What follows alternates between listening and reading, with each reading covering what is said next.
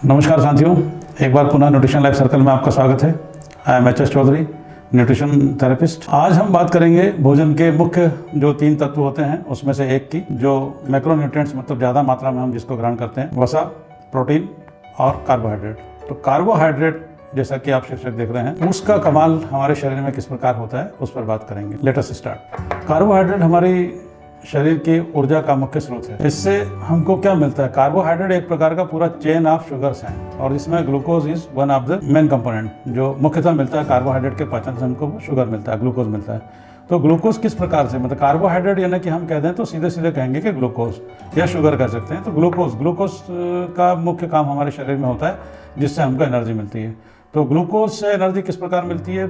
जब हम carbohydrate consume करते हैं तो हमारे शरीर में वो कन्वर्ट होती है ग्लूकोज में, और हमारे ब्लड स्ट्रीम में एक ऐसा हार्मोन हमारे शरीर में पैदा होता है जो हमारे पैंक्रियास क्रिएट करता है, जिसको हम इंसुलिन कहते हैं। इंसुलिन के माध्यम से हमारे सेल्स जो है उस ग्लूकोज को ग्रहण करते हैं और हमारे शरीर को ऊर्जा मिलती है। हमको किस प्रकार का कार्बोहाइड्रेट ग्रहण करना है, ये आज हम बात करेंगे। कार्बोहाइड्रेट के मेटाबॉलिज्म से हमारे शरीर में ग्लूकोज बनता है, और जब हम कोई चीज़ खाते हैं वैसे ही हमारा पैंक्रियास एक्टिव हो जाता है और एक हार्मोन का सिक्रेशन शुरू कर देता है जिसको हम इंसुलिन कहते हैं। और इंसुलिन के माध्यम से ही हमारे बॉडी के सेल ग्लूकोज को ग्रहण करते हैं और हमारे शरीर को ऊर्जा मिलती है। इस प्रकार से जो शरीर में ग्लूकोज कार्बोहाइड्रेट के खाने से आता है उसकी कोई कंट्रोलिंग सिस्टम हमारे पास नहीं है। हमने जितना हम कार्बोहाइड्रेट कंज्यूम करते हैं वो ग्लूकोज में कन्वर्ट होना शुरू हो जाता है। तो ग्लूकोज का पहला काम होता है हमारे शरीर को ऊर्जा देना। तो पहला कार्बोहाइड्रेट से जो ग्लूकोज बन रहा है उसका पहला हो गया कि इंसुलिन के माध्यम से हमारे शरीर ने सेल्स में ग्लूकोज जा करके हमारे शरीर को ऊर्जा दे रहा है। उसके बाद जो ऊर्जा देने के बाद में जो शेष ग्लूकोज बच जाता है शरीर में, क्योंकि हम तो कोई नाप करके तोल करके तो खाते नहीं कि कितना कार्बोहाइड्रेट हम खा लें ताकि हमारे शरीर चलाने के लिए उतना ग्लूकोज मिले, बाकी सब बंद है। तो जब हम कंज्यूम करते हैं कार्बोहाइड्रेट तो उसमें जो ग्लूकोज की मात्रा हमारे शरीर को जितनी आवश्यकता होती है लग जाती है, कि बाकी बचा हुआ ग्लूकोज का क्या होता है वो भी हमें देखना होता है। तो वो भी अब हम आगे देखते हैं, आपको बताते हैं कि 2 प्रकार से और हमारे शरीर में ग्लूकोज का स्टोरेज होने लगता है। तो ये 2 हमारे मेन कंपोनेंट हैं पूरे बॉडी, और हमारा एक मेन ऑर्गन जिसको हम कहते हैं लीवर।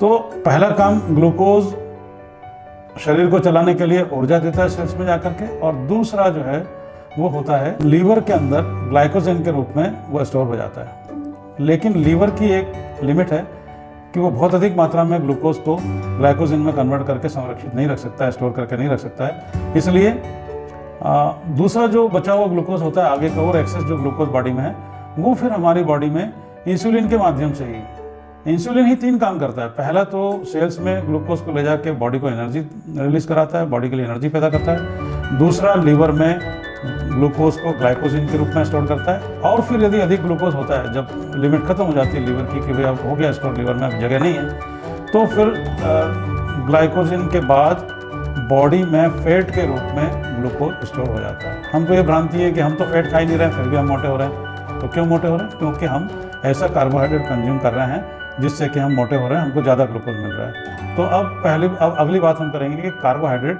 कितने प्रकार के होते हैं। इसके पहले हम ये जानेंगे कि यदि हम कुछ खाना नहीं खा रहे होते हैं तो हमको हमारे शरीर में क्या होता है। क्योंकि जब हम खाना खा रहे होते हैं तब तो हमको हमारा पैनक्रियास एक्टिवेट हो जाता है और एक हार्मोन इंसुलिन बनाता है, जिससे इंसुलिन के माध्यम से ग्लूकोज का पूरा बॉडी में मेटाबॉलिज्म होता है। लेकिन यदि हम खाना नहीं खा रहे होते हैं और जब हमारी बॉडी को खुद चलाने के लिए ऊर्जा की जरूरत होती है, तो फिर एक और हार्मोन हमारा पैनक्रियास सेक्रेट करता है जिसको हम बोलते हैं ग्लूकागोन। ग्लूकागोन क्या करता है कि हमारे जो लीवर में ग्लाइकोजन के रूप में जो ग्लूकोज स्टोर्ड है उसको वापस ग्लूकोज में कन्वर्ट करता है।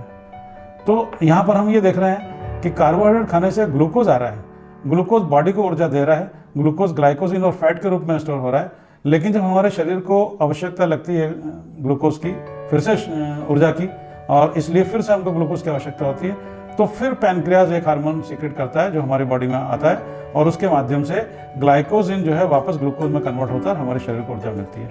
इस प्रकार से जो ग्लूकोज का मेटाबॉलिज्म हमारे बॉडी में है वो 3 बातों पर डिपेंड करता है: कार्बोहाइड्रेट से मिला हुआ ग्लूकोज, इंसुलिन और ग्लूकागोन। ये तीनों का जो रिएक्शन है वही मतलब हमारी बॉडी को मेन रूप से चलाता है। जब हम खाना खाते हैं तो इंसुलिन हार्मोन ग्लूकोज को मेटाबोलाइज करता है, और जब हम खाना नहीं खा रहे होते हैं तो हमारा ग्लूकागोन ग्लाइकोजन को ग्लूकोज में कन्वर्ट कर हमारे शरीर को ऊर्जा देकर के वो शरीर चलाता है। तो इस प्रकार से हम यहाँ देख रहे हैं कि बॉडी के मेटाबॉलिज्म की साइकिल जो है वो कितनी है, ग्लूकोज, इंसुलिन, ग्लूकागोन रिएक्शन, ये तीनों मिलकर के हमारे शरीर को चलाना है। अब मुख्यतः हम देखेंगे कि हम किस प्रकार का कार्बोहाइड्रेट खाएं। आज का जो एपिसोड है पूरा का पूरा वो इसी बात का है कि हम किस प्रकार का कार्बोहाइड्रेट खाएं। तो पहले हमको मालूम होना चाहिए कार्बोहाइड्रेट कितने प्रकार के होते हैं। 3/4 ऑफ डाइट, 3/4 हमारा भोजन जो है वो कार्बोहाइड्रेट ही होता है। कार्बोहाइड्रेट दो प्रकार के मेनली माने गए हैं, कॉम्प्लेक्स कार्बोहाइड्रेट और सिंपल कार्बोहाइड्रेट। तो कार्बोहाइड्रेट धीरे धीरे एनर्जी रिलीज करता है, स्टेबल और सस्टेनेबल एनर्जी रिलीज करता है, वो कॉम्प्लेक्स कार्बोहाइड्रेट होता है। और जो फास्ट रेट से एनर्जी रिलीज करता है वो सिंपल कार्बोहाइड्रेट होता है। सिंपल कार्बोहाइड्रेट कहें तो शुगर और रिफाइंड जो कार्बोहाइड्रेट है वो जो है सिंपल कार्बोहाइड्रेट की श्रेणी में आते हैं। तो इस प्रकार से यदि हम सिंपल कार्बोहाइड्रेट का कंजम्पशन करेंगे तो हमारे बॉडी में एकदम से ऊर्जा आ जाती है और अप्स एंड डाउन्स आते हैं बॉडी में, एकदम से शुगर बढ़ जाती है फिर कम हो जाती है। तो जो फास्ट रिलीज जो कार्बोहाइड्रेट खाने से बॉडी में शुगर की मात्रा एकदम से स्पाइक हो जाती है, तो ऐसे कार्बोहाइड्रेट जो है शरीर को नुकसान करते हैं, वो हमारे बॉडी में शुगर के लेवल को अप्स एंड डाउन करते हैं और उनकी स्टेबिलिटी नहीं रहती है। बहुत जल्दी से बहुत कम टाइम में रैपिडली जो है वो पूरे कार्बोहाइड्रेट खाने से हमारे शरीर में शुगर पैदा कर देता है। इसलिए हमने अब जाना कि मेनली हमको किस प्रकार का कार्बोहाइड्रेट कंज्यूम करना चाहिए। हमको कार्बोहाइड्रेट करना चाहिए, कॉम्प्लेक्स कार्बोहाइड्रेट कंज्यूम करना चाहिए। कॉम्प्लेक्स कार्बोहाइड्रेट के फायदे क्या हैं हमारे, कि वो हमको धीरे धीरे और सस्टेनेबल एनर्जी बॉडी को देता है। इसलिए जो है वो धीरे धीरे कम समय में स्पाइक नहीं लाता है और बॉडी को 3 से 4 घंटे या 5 घंटे में कार्बोहाइड्रेट कंज्यूम करने के बाद में बॉडी में हमारे एनर्जी रिलीज होती है। इस प्रकार से हमारी जो हेल्थ है वो लॉन्ग टर्म तक गुड हेल्थ बनी रहती है और इससे हमारी एपेटाइट भी कंट्रोल होती है। अगर हम सिंपल कार्बोहाइड्रेट खाएंगे तो जैसे हम खाएंगे वैसे ही हमारा 15-20 मिनट या आधे घंटे में शुगर का लेवल बढ़ जाएगा और फिर डाउन हो जाएगा। तो इस प्रकार से यदि स्पाइक होकर के नीचे आता है तो हमारा जो एपेटाइट है वो भी कंट्रोल नहीं रहती, क्योंकि हमको ऐसे कार्बोहाइड्रेट खाने के बाद भूख भी बहुत जल्दी लग जाती है, हम ज़्यादा खाने की इच्छा पैदा करते हैं। तो इसलिए कॉम्प्लेक्स कार्बोहाइड्रेट हमारे लिए बहुत ही महत्वपूर्ण है। तो कौन सा कॉम्प्लेक्स कार्बोहाइड्रेट हमको खाना चाहिए ये हम देखेंगे। तो पहले हम ये बता दें कि किन कार्बोहाइड्रेट्स में हमको सावधानी रखनी चाहिए। तो पहले सिंपल कार्बोहाइड्रेट की बात कर लेते हैं। सिंपल कार्बोहाइड्रेट जो एकदम से बॉडी में एनर्जी रिलीज कर देते हैं, तो उनमें जिसमें शुगर की मात्रा ज़्यादा है। कम सिंपल कार्बोहाइड्रेट मतलब सिंपली कहेंगे तो शुगर। तो इस प्रकार से देखेंगे तो बिस्किट है, पिज्ज़ा है, कैन शुगर है ना, जैम्स है, जेली है और शुगर एडेड जितने भी कंपोनेंट हम देख रहे हैं, सॉस वगैरह हैं, जितने भी प्रोडक्ट बाजार में मिल रहे हैं जिनमें शुगर एडेड है, वो सबके सब सिंपल कार्बोहाइड्रेट हमको प्रोवाइड करते हैं और उनको खाने से हमको बचना चाहिए। इसी प्रकार से कॉम्प्लेक्स कार्बोहाइड्रेट देखें तो कॉम्प्लेक्स कार्बोहाइड्रेट को 2 श्रेणी में हमने बांटा है कि पहला कार्बोहाइड्रेट हमारा जो है वो नेचुरल है और नेचुरल में हम जितने भी प्रकार के अनाज हैं, दालें हैं और सीरियल्स हैं, ये सब हमारे जो है कॉम्प्लेक्स कार्बोहाइड्रेट होंगे।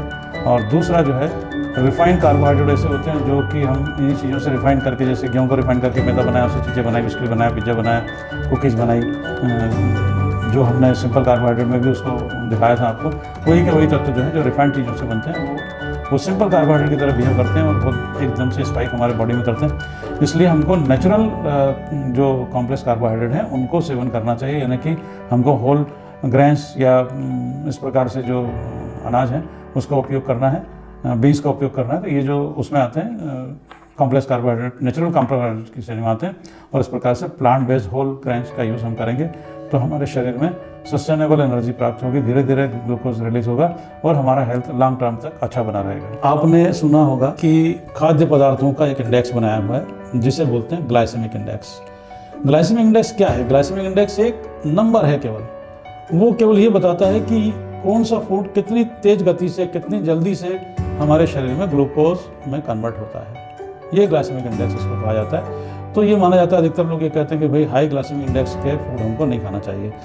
तो यहाँ पर ग्लाइसेमिक इंडेक्स जो है का टेस्ट या फूड का टेस्ट जिसके ग्लाइसेमिक इंडेक्स बनाया गया, वो सारा का सारा अधिकतर काम इस पर जो है ऑस्ट्रेलिया में हुआ है। तो ऑस्ट्रेलिया में जो उत्पाद होते थे वहाँ पर उनके हिसाब से और बाकी विश्व के दूसरे भी पदार्थ लेकर के उन्होंने एक पूरा हर एक वस्तु का ग्लाइसेमिक इंडेक्स बना दिया कि कितना रैपिडली वो रिलीज होता है ग्लूकोज उससे, उस खाने से, ये हमको बताता है। तो इस प्रकार से समझ लीजिए कि जिसका ग्लाइसेमिक इंडेक्स ज़्यादा है वो बहुत तेज़ गति से ग्लूकोज रिलीज कर देगा, इसलिए वो हमारे स्वास्थ्य के लिए हानिकारक है, इसलिए वो हमको नहीं खाना चाहिए। तो जिसका ग्लाइसेमिक इंडेक्स उस सूची में 70 या उससे ज़्यादा है तो ऐसे हमको पदार्थ नहीं खाना जिनका ग्लाइसेमिक इंडेक्स मोर देन 70 हो। 56 से 69 तक जो ग्लाइसेमिक इंडेक्स वाले फूड हैं वो भी सामान्य होते हैं, मीडियम है, उनका कभी कभी उपयोग किया जाना चाहिए। और जो ग्लाइसेमिक इंडेक्स 55 या उससे कम होते हैं वही गुड ग्लाइसेमिक इंडेक्स के पदार्थ खाने योग्य होते हैं, उन्हीं को हमको कंज्यूम करना चाहिए। लेकिन आजकल अब ये देखा गया है कि आप केवल एक प्रकार का पदार्थ नहीं खाते हैं, हम जब भी भोजन करते हैं उसमें 3-4 प्रकार के पदार्थ होते हैं, और इसलिए 3-4 प्रकार के पदार्थ को कितना कितना खाएं या कितना कितना हमारे भोजन में होना चाहिए। इसलिए अब आजकल ग्लाइसेमिक इंडेक्स को छोड़ करके ग्लाइसेमिक लोड के बारे में बात की जाती है। तो यहाँ हम देख रहे हैं कि ये ग्लाइसेमिक लोड है, तो ग्लाइसेमिक लोड कैसे कैलकुलेट किया जाता है वो हमको मालूम होना चाहिए। तो ग्लाइसेमिक लोड भी ग्लाइसेमिक इंडेक्स के आधार पर ही कैलकुलेट किया जाता है, लेकिन वो पूरे भोजन का कि 3-4-5 प्रकार के अगर खाना में पदार्थ मिले हुए हैं, है ना, शुगर भी है तो वो कितनी होनी चाहिए, अनाज भी है, सब्जी भी है, तो ये सारी चीज़ें अलग अलग ग्लाइसेमिक इंडेक्स की होती है। इस प्रकार से भोजन का एक पर्टिकुलर ग्लाइसेमिक इंडेक्स नहीं बनाया जा सकता है। इसलिए ग्लाइसेमिक लोड के बारे में मतलब जो है बात होती है कि ग्लाइसेमिक लोड निकाल करके और फिर व्यक्ति को किस प्रकार का भोजन दिया जाए कि वो उसके स्वास्थ्य के लिए लाभदायक हो। तो यहाँ पर आप देख रहे हैं कि ग्लाइसेमिक लोड कैसे कैलकुलेट करते हैं, उसका बेस जो है वो ग्लाइसेमिक इंडेक्स ही है, कि जहाँ आप फार्मूला देख रहे हैं कि glycemic index into net carbohydrate content upon 100, ये ग्लाइसेमिक लोड है। तो ग्लाइसेमिक लोड जिसकी वैल्यू 20 से ज़्यादा आती है, जिस भी भोजन का ग्लाइसेमिक लोड हम निकालेंगे जिसमें 20 से ज़्यादा आएगी वो जो है बैड होता है, वो हाई ग्लाइसेमिक लोड होता है। इस प्रकार से 11 से 19 के बीच में मीडियम, यानी कि वो चलाया जा सकता है। लेकिन जिस खाने के पदार्थ का, जिस भोजन का ग्लाइसेमिक लोड 10 या उससे कम आता है वही हमको कंज्यूम करना होता है, वही व्यक्ति को हेल्थ के लिए गुड होता है। तो ग्लाइसेमिक लोड हमको ये बताता है कि कौन सा कार्बोहाइड्रेट कितने ग्लाइसेमिक इंडेक्स का कितनी मात्रा में मिलाएं ताकि हमारा ग्लाइसेमिक लोड 10 या 10 से कम रहे, तो हम उस प्रकार का भोजन कंज्यूम करें। हाई कार्बोहाइड्रेट डाइट से क्या नुकसान है? हाई कार्बोहाइड्रेट किसको कहेंगे? जिसका ग्लाइसेमिक इंडेक्स हायर होगा वो हाई कार्बोहाइड्रेट डाइट होगी। तो यहाँ पर आप देख रहे हैं कि मुख्यतः 4 जो है वो हानियाँ हाई कार्ब डाइट से होती है। पहला हम देख रहे हैं कि हार्ट डिसीज़, दूसरा डायबिटीज हो जाते हैं हाई ग्लाइसेमिक इंडेक्स वाले फूड खाने से, पैनक्रियाटिक कैंसर भी हो जाता है और कोलन कैंसर भी हो जाता है। और साथ ही साथ एक बहुत बड़ा नुकसान है कि हर व्यक्ति उम्र बढ़ते ही जाती है, हर व्यक्ति कभी ना कभी बूढ़ा होता है, और इस प्रकार से जो ओल्ड एज पर्सन्स हैं अगर वो हाई कार्ब डाइट कंज्यूम करते हैं तो उनको अल्जाइमर डिसीज़ का जो है वो प्रिकर्सर होता है हाई कार्ब डाइट। इस प्रकार से अल्जाइमर बीमारी होने की संभावना बढ़ जाती है। तो इस प्रकार से हाई कार्बोहाइड्रेट डाइट लेने से बचना चाहिए। बात करेंगे लो carbohydrate diet. Low carb diet से क्या फ़ायदे हैं हमको? लो कार्बोहाइड्रेट डाइट से ये फ़ायदा है, क्या क्या बेनिफिट हैं उसमें। लो कार्ब डाइट में मुख्यतः हम देखेंगे कि फ्रूट और वेजिटेबल का कंजम्पशन और ऐसे सीरियल जिनका कि ग्लाइसेमिक लोड कम होता है ऐसा खाना, या फिर ऐसे अनाज जिनका ग्लाइसेमिक इंडेक्स कम होता है वो हमको कंज्यूम करना चाहिए। उसका फ़ायदा क्या है, वो क्या हमको करता है? तो सबसे पहले तो हमको वो क्या देख रहे हैं आप यहाँ पर कि हमारी जितनी भी क्रॉनिक डिसीजेस हैं वो प्रिवेंट करता है। कार्डियोवास्कुलर डिसीज़ मतलब हार्ट की प्रॉब्लम, फिर मेटाबॉलिक सिंड्रोम, जितने भी मेटाबॉलिक डिसऑर्डर्स हैं वो, फिर हाई ब्लड प्रेशर की बीमारी, डायबिटीज़ की बीमारी, और एपिलेप्सी मतलब मिर्गी की बीमारी, उसको भी वो कंट्रोल करता है। और इसी प्रकार से क्रोनिक फटीग सिंड्रोम है ना, वो भी कंट्रोल करता है। और साथ ही साथ पॉलीसिस्टिक ओवेरियन सिंड्रोम, ये भी वो कंट्रोल करता है अगर हमने ऐसा खाना खाया कि जो कार्बोहाइड्रेट डाइट्स में लो है, ज़्यादा हाई नहीं है। तो इस प्रकार से हम बहुत सारी बीमारियों से बचे रहते हैं नेचुरल तरीके से, किसी भी प्रकार की दवाई हमको लेने की ज़रूरत नहीं पड़ती है। प्रश्न कहाँ आ रहा है? प्रश्न ये यहाँ आ रहा है कि हमको किस प्रकार का कार्बोहाइड्रेट कंज्यूम करना चाहिए कि हम स्वस्थ बने रहें, हमको डायबिटीज़ ना हो, हमको कार्डियोवास्कुलर डिसीज ना हो। तो हमने लिखा है कि बाप रे बाप, हे भगवान, कार्बोहाइड्रेट क्यों लिखा है? क्योंकि हम बिना जानकारी के, बिना उसके जो हमको अवेलेबल हो जाता है, और हमको मालूम है कि कार्बोहाइड्रेट की मात्रा सबसे ज़्यादा 3/4 क्वांटिटी भोजन की कार्बोहाइड्रेट होती है। इसलिए हमको ये जानना ज़रूरी है कि किस प्रकार का कार्बोहाइड्रेट हम कंज्यूम करें। तो हम ये देखेंगे कि कार्बोहाइड्रेट में 2 मेन कंटेंट्स की बात हम कर लेंगे। कार्बोहाइड्रेट में जो है मेन भोजन में मेन जो हम ग्रेन्स ले रहे हैं उसमें केवल कार्बोहाइड्रेट कितना है और फाइबर कितना है। जैसा कि हमने ग्लाइसेमिक लोड के फार्मूले में देखा कि जो ग्लाइसेमिक लोड हम कैलकुलेट करते हैं वो किस आधार पर होता है? Net carbohydrate. नेट कार्बोहाइड्रेट कैसे निकालते हैं? जितना हमने ग्रेन्स लिया है, क्वांटिटी ली है, उसमें से माइनस फाइबर कर देंगे तो नेट कार्बोहाइड्रेट हमको मिल जाएगा। तो ग्लाइसेमिक लोड कैलकुलेट करते समय में नेट कार्बोहाइड्रेट यानी कि फाइबर की मात्रा भी देखी जाती है। तो यहाँ हम ये देखेंगे कि यदि कार्बोहाइड्रेट और फाइबर का रेशो लेस देन 10 है तो that grain is good for us. वो भोजन, वो खाना, वो अनाज हमारे लिए बहुत अच्छा है।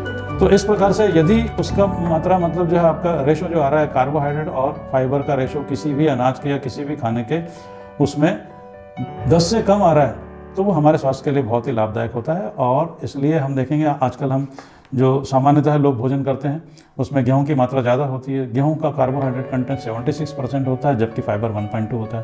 तो 76 में 1.2 का भाग देखेंगे तो 10 से कहीं ज़्यादा है, अधिक है।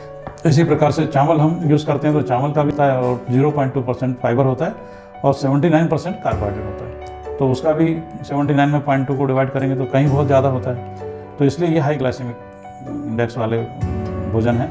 इसी प्रकार से हम ज्वार, बाजरा और मक्का को भी लेते हैं कि उनमें भी जो है कार्बोहाइड्रेट की मात्रा तो अधिक होती है लेकिन फाइबर कम होता है, इसलिए जो रेशो है वो कम ही होता है। तो ऐसे अनाज जिनका अनुपात कार्बोहाइड्रेट और फाइबर का अनुपात 10 से कम होता है वो धीरे धीरे एनर्जी बॉडी में रिलीज करते हैं, धीरे धीरे ग्लूकोज रिलीज करते हैं और इस प्रकार से हमारी बॉडी में शुगर का अप एंड डाउन नहीं होता, हमारा स्वास्थ्य बना रहता है। तो इसके लिए आजकल प्रचलन में है मोटा अनाज। उसको भाषा में मोटा अनाज कहा जाता है लेकिन वो होता है बारीक, वास्तव में बारीक होता है। जैसे कि मिलेट्स, तो मिलेट्स जो है वो बहुत प्रकार के मिलेट्स हैं, जैसे कोडो है और फॉक्सटेल मिलेट है इसको, और आपका बर्नयार्ड है, ब्राउन टॉप है। ये ऐसे अनाज हैं जिसको हिंदी में कहेंगे तो बोलेंगे कोडो है, कांगनी, छोटी कांगनी और सावा, लिटिल मिलेट। तो इस प्रकार का अनाज यदि हम कंज्यूम करेंगे तो वो हाई फाइबर होता है। ब्राउन टॉप का फाइबर की क्वांटिटी 12.5 के करीब होती है उसमें और 67-68% उसमें कार्बोहाइड्रेट होता है। तो 67 में अगर आप 12 से डिवाइड करेंगे तो it becomes value less than 10, 10 से कम होगी। तो ऐसा अनाज, ऐसा भोजन जिसका कि कार्बोहाइड्रेट में फाइबर कंटेंट्स का भाग देने पर वैल्यू 10 या 10 से कम आती है, तो ऐसे अनाज कंज्यूम करने से शरीर स्वस्थ रहेगा, कभी भी आदमी बीमार नहीं होगा। तो साथियों, ये जानकारी जो कार्बोहाइड्रेट के बारे में थी आज मैंने आपको दी, ये अधिक से अधिक आप शेयर करें और अपनी बीमारी को दूर भगाएं। मैं केवल स्वस्थ रहने के लिए नहीं कह रहा हूँ। अगर आपको डायबिटीज़ है, आपको कोई हार्ट की बीमारी है, आपको ब्लड प्रेशर है, आपको कैंसर है इवन, तब भी आप इस प्रकार के अनाज को खा करके इन बीमारियों को दूर कर सकते हैं और अपने स्वास्थ्य को ठीक कर सकते हैं बगैर दवाई के। केवल भोजन के आधार पर आप सारी बीमारियों को इरेडिकेट कर सकते हैं। और यदि आप स्वस्थ हैं तो आपको कभी कोई बीमारी नहीं होगी और यदि आप बीमार हैं तो आपकी बीमारी रिवर्स हो जाएगी। Thank you very much.